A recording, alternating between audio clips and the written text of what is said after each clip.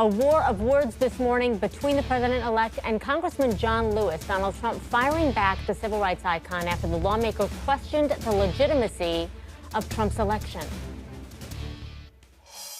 I don't see this president-elect as a legitimate president. You do not consider him a legitimate president. Why is that?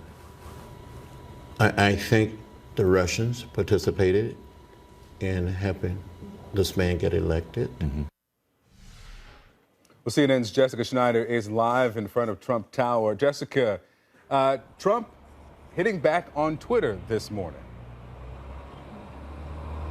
Yeah, that's right, Victor. You know, after Congressman John Lewis made those remarks saying that he doesn't view Donald Trump as a legitimate president, the president-elect did, in fact, fire back, as he often does, on Twitter, taking to Twitter just before 8 o'clock this morning in a series of 2 tweets saying this, saying Congressman John Lewis should spend more time on fixing and helping his district, which is in horrible shape and falling apart, not to mention crime-infested, rather than falsely complaining about the election results.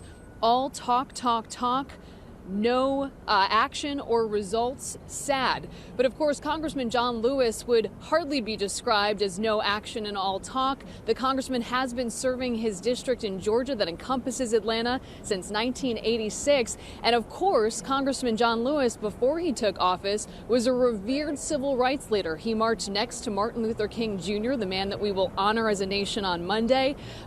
John Lewis also was one of the youngest speakers, 23 years old, at that march on Washington in 1963. And then, of course, notably in 1965, he led those Selma to Montgomery marches where they had those clashes with the Alabama state troopers. In fact, John Lewis at the time, he suffered a fractured skull with his run-ins with the state troopers. So John Lewis, hardly a man of all talk and no action.